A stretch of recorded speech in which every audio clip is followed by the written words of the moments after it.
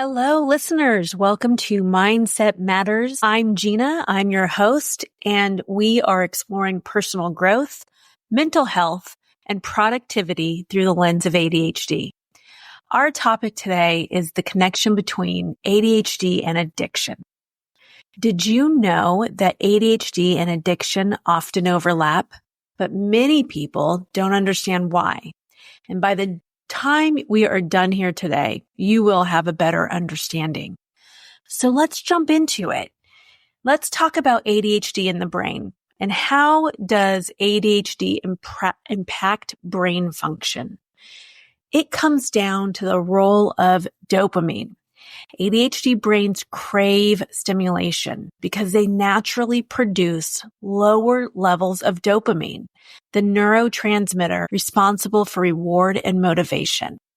So think about that. The ADHD brain craves stimulation because they naturally produce lower levels of dopamine. And this deficit can lead to impulsive behaviors and difficulty regulating emotions. Some impulsivity behaviors include financial impulsivity, like making really big purchases without planning and racking up credit card debt. Also, risky behaviors include careless sexual encounters, driving recklessly, and experimenting with drugs or gambling. Other impulsive behaviors include interrupting others while they're speaking or saying hurtful things without thinking and just blurting out your thoughts. There are many challenges living with ADHD like emotional dysregulation, boredom intolerance, and the need for instant gratification. And these struggles can make someone more susceptible to seeking relief or stimulation through substances or behaviors. So now let's review addiction. This is Addiction 101. Okay, let's define addiction. A compulsive need for and the use of substance or behavior despite harmful consequences. I'll say it one more time. A compulsive need for and use of a substance or behavior despite harmful consequences. See, the science of addiction and how it overlaps with ADHD is interesting. Both involve dysfunction in the brain's reward system. And people with ADHD may turn to substances or activities to self-medicate symptoms. Think about it. Nicotine, alcohol, cannabis, gaming, shopping, and even food. Studies show individuals with ADHD are 2 to 3 times more likely to develop substance use disorders than the general population. 2 to 3 times more likely to develop substance use disorders than our neurotypical friends. And here's the common thread between ADHD and addiction: dopamine deficiency. Addiction provides a temporary dopamine boost, creating a cycle of seeking that feel-good sensation. Think about it. You get home from work, you open up that bottle of wine, it becomes a habit.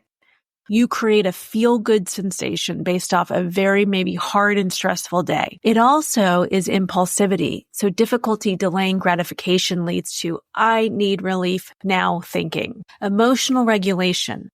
Both ADHD and addiction often involve an inability to cope with stress, sadness, or boredom in healthy ways. I know for me, stress was always the thing.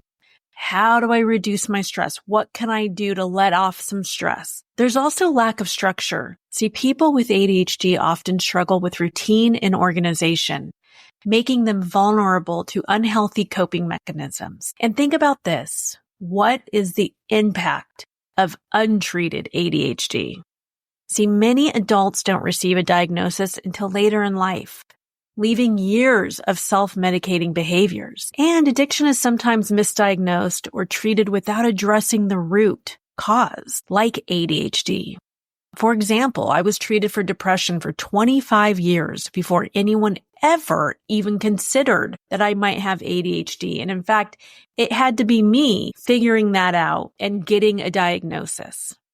My depression was a consequence of my childhood trauma, but also of not fitting in and realizing that my brain was different than others because of my ADHD. It would have been so much better to know this as a child and to have tools to work around it. And remember, sometimes you hear parents saying, I have no idea why my kid does what he does or why he's addicted to drugs. Well, it very well could be a missed diagnosis. Or parents just not wanting to be open-minded enough to explore the mental health issues being presented in their child. So how do we break the cycle? All right. So the first step is recognizing the connection. And something I heard the other day was Dr. Gabor Mate stating, don't ask why the addiction, ask why the pain. That is brilliant. And I'm going to link this very good interview with him and Mel Robbins in the show notes so that you can watch it. We also want to make sure that there is an accurate ADHD diagnosis for those struggling with addiction. That is something that should be looked at immediately. Or if the person who has addiction issues has really erratic behavior, or maybe they grew up as a daydreamer or someone who kind of checks out, gets deep in thought, and then they turn to drugs, alcohol, weed to alleviate their symptoms of ADHD.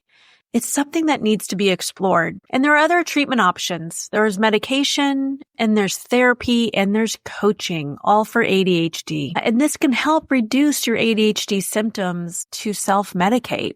Key strategies for managing ADHD and preventing addiction is healthy dopamine boosters.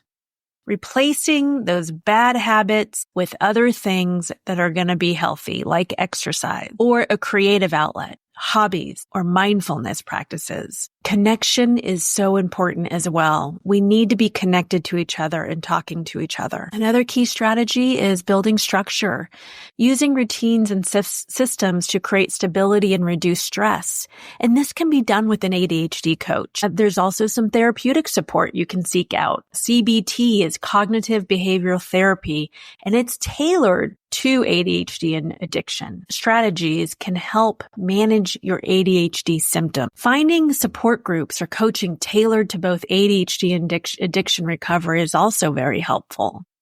And remember, every step that you take, make sure you're doing it with self-compassion. ADHD and addiction don't define someone's worth. Seeking help is a strength and not a weakness. So, things to think about. ADHD and addiction share a neurological and psychological overlap. And understanding the connection can lead to more effective, compassionate support. If you or someone you love struggles with ADHD and addiction, seek professional help and focus on treating ADHD as part of the recovery journey. Thank you so much for joining me, and I want to thank the listeners for tuning in and encourage them to share this episode with anyone who might benefit. Please subscribe, leave a review, and connect with me on social media.